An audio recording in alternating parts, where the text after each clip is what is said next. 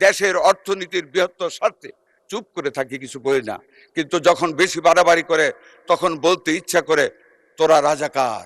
সম্রাট বাবরের মতন উনি সকল মানুষের খোঁজ রাখেন, কখন কোন সময় কত তড়িৎ গতিতে মানুষের সহযোগিতা করা যায়। 25 মার্চের রাতে যেদিন স্লোগান দিয়েছিলাম ঢাকা বিশ্ববিদ্যালয়ের হল থেকে বাংলার পুলিশ অস্ত্র ধরো, বাংলাদেশকে স্বাধীন করো, চেতনাটা ছিল সেদিন 70-এর নির্বাচনের ফলাফল বাংলার জমিনে বাস্তবায়িত হয়নি বলে আমরা মুক্তিযুদ্ধের চেতনা, গণতন্ত্রকে বাস্তবায়িত করার জন্য সেদিন যুদ্ধ করেছিলাম।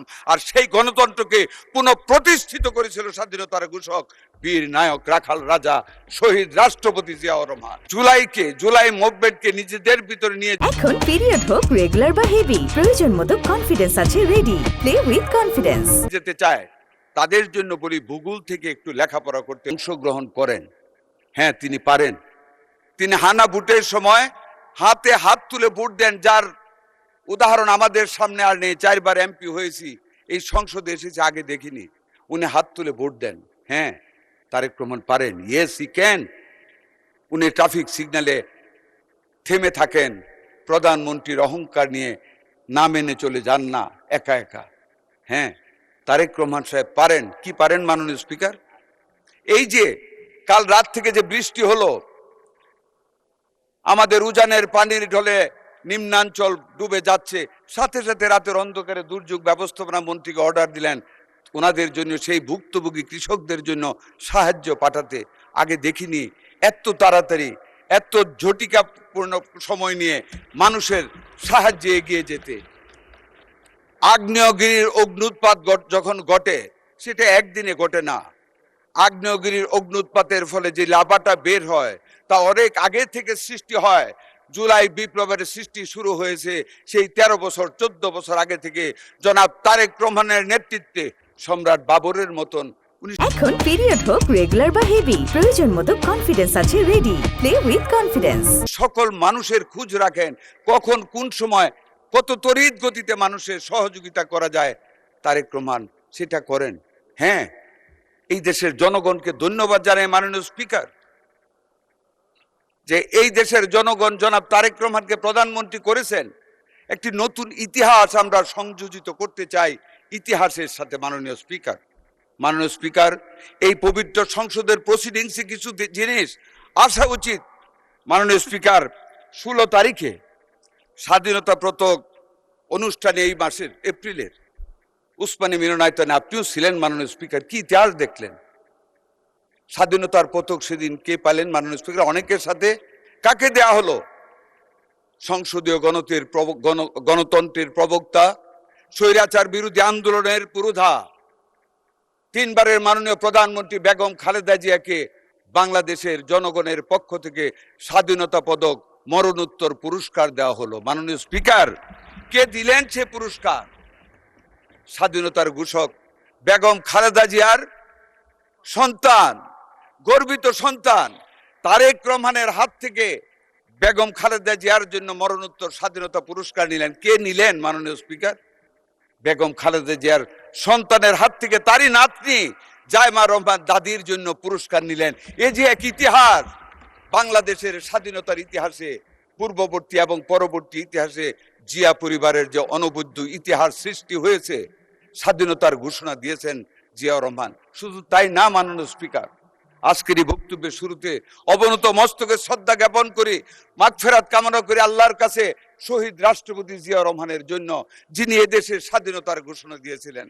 শুধু স্বাধীনতার ঘোষণা নয় মাননীয় স্পিকার, স্বাধীনতার ঘোষণা পরবর্তীতে যিনি 9টি মাস পাক হানাদার বাহিনীর বিরুদ্ধে জেট ফোর্সের কমান্ডিং অফিসার হিসাবে, জেট ফোর্সের অধিনায়কত্ব করে বাংলাদেশের স্বাধীনতা যুদ্ধকে ত্বরান্বিত করেছিলেন মাননীয় স্পিকার।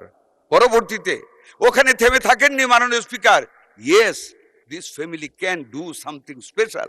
কি করেছেন মাননীয় স্পিকার? 75-এর 7ই নভেম্বর জাতি যখন দিশাহারা হয়ে পড়েছিল, আইন শৃঙ্খলা পরিস্থিতি যখন ভেঙে গিয়েছিল, ক্যান্টনমেন্টের ভিতরে যখন সৈনিকদের মধ্যে বিশৃঙ্খলার সৃষ্টি হয়েছিল, যখন জিয়া রহমানকে গৃহবন্দী করে রাখা হয়েছিল, মাননীয় স্পিকার, বাংলাদেশের সিপাহী জনতা সেদিন জিয়া রহমানকে কাঁধে করে বাংলাদেশের আবার ক্ষমতার ভার দিয়েছিলেন চালানোর জন্য। হ্যাঁ, উনি চালিয়েছিলেন, ভালোভাবে চালিয়েছিলেন এবং দেশকে বহুদলীয় গণতন্ত্রের সৃষ্টি পুনরায় উনিই করেছিলেন।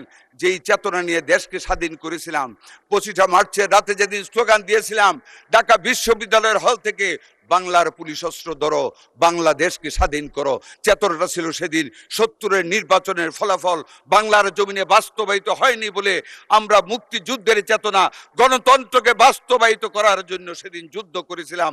আর সেই গণতন্ত্রকে পুনঃপ্রতিষ্ঠিত করেছিল স্বাধীনতার ঘোষক বীর নায়ক রাখাল রাজা শহীদ রাষ্ট্রপতি জিয়াউর রহমান। মাননীয় স্পিকার, এটা ইতিহাস জিয়া পরিবারের। জিয়া রহমান চলে গেলেন, বেগম খালেদা জিয়া স্বৈরাচারের বিরুদ্ধে যুদ্ধ করে 91 নির্বাচনে জনগণের ভালোবাসা নিয়ে ক্ষমতায় আসলেন। মাননীয় স্পিকার, আবার আসলো আরেকটি ইতিহাস, ফেসিবাদের জন্ম হলো।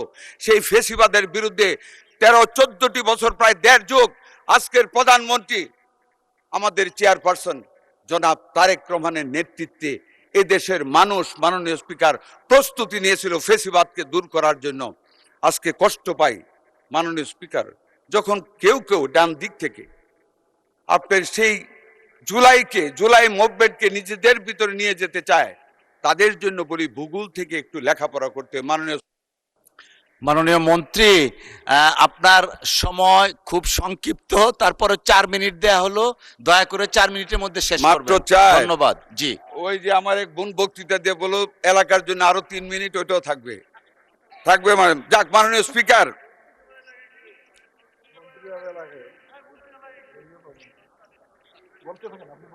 মাননীয় স্পিকার, যে কথাটি বলতে চেয়েছিলাম, কোথায় আসছিলাম,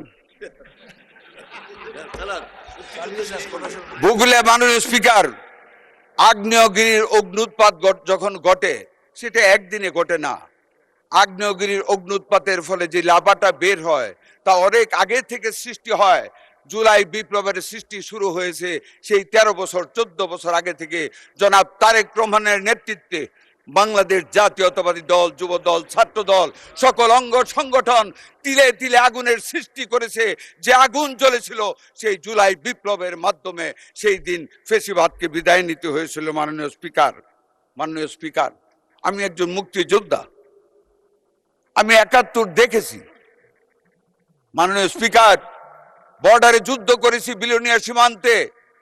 আজকে যারা গণতন্ত্রের সবক দিতে চায়, যারা 71কে 24-এর সাথে সম্পৃক্ত করতে চায়, খাটো করে দেখতে চায়, মাননীয় স্পিকার, একটি কথাই বলতে চাই, ভালোভাবে আচরণ করে যাচ্ছি, বদ্ধতার সাথে দেশের বৃহত্তর স্বার্থে আমাদের নেতা জনাব তারেক রহমান ঐক্যের ডাক দিয়েছেন।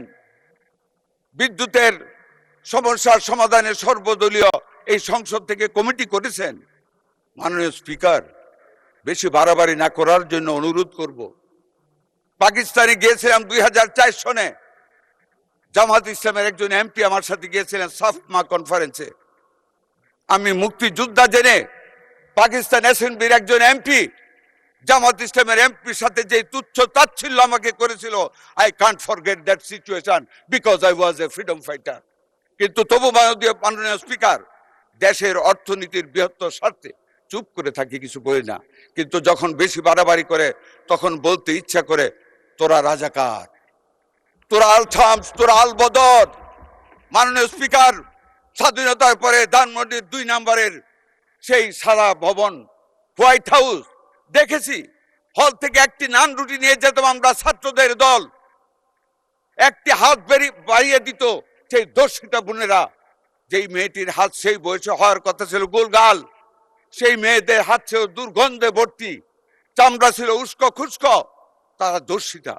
কারো বুকে ছিল 8 মাসের সন্তান, কেউ ছিল অন্তঃসত্ত্বা, জীর্ণ শীর্ণ চেহারা। আজকে যদি আমাদেরকে বেশি খোঁচানো হয়, মাননীয় স্পিকার, সেই ইতিহাস আমরা ভুলে যাইনি। আমরা মুক্তিযোদ্ধা, দেশটাকে স্বাধীন করেছি, স্বাধীনতার পাওয়া সেই দেশটিকে গড়ার লক্ষ্যে ঐক্য করতে চাই, কিন্তু আদর্শের বিরুদ্ধে গিয়ে নয়। আমাদের সমঝোতা, এটা দেশের উন্নয়নের স্বার্থের সমঝোতা, আদর্শের সমঝোতা নয়। আমাদের বিরোধী দলীয় নেতা এখন নেই, উনি কালকে বলেছেন উনাকে কেন এত কসলায়। মাননীয় স্পিকার, আমি একটু কসলাতে চাই। উনি কয়েকদিন আগে শিশু পরিবারে গিয়েছিলেন, সরি শিশু হাসপাতালে গিয়েছিলেন। তো উনি যখন গেলেন, আমি বদ্ধতা স্বরূপ, উনি বিরোধী দলীয় নেতা, ওনাকে বললাম, মাননীয় বিরোধী দলের নেতা আপনি তো গেলেন, আমাকে বললে তো আপনাকে রিসিভ করার ব্যবস্থা করতাম। কয় না না না, আপনার লোকজন ওইখানে মানুষ অনেক ইজ্জত করেছে।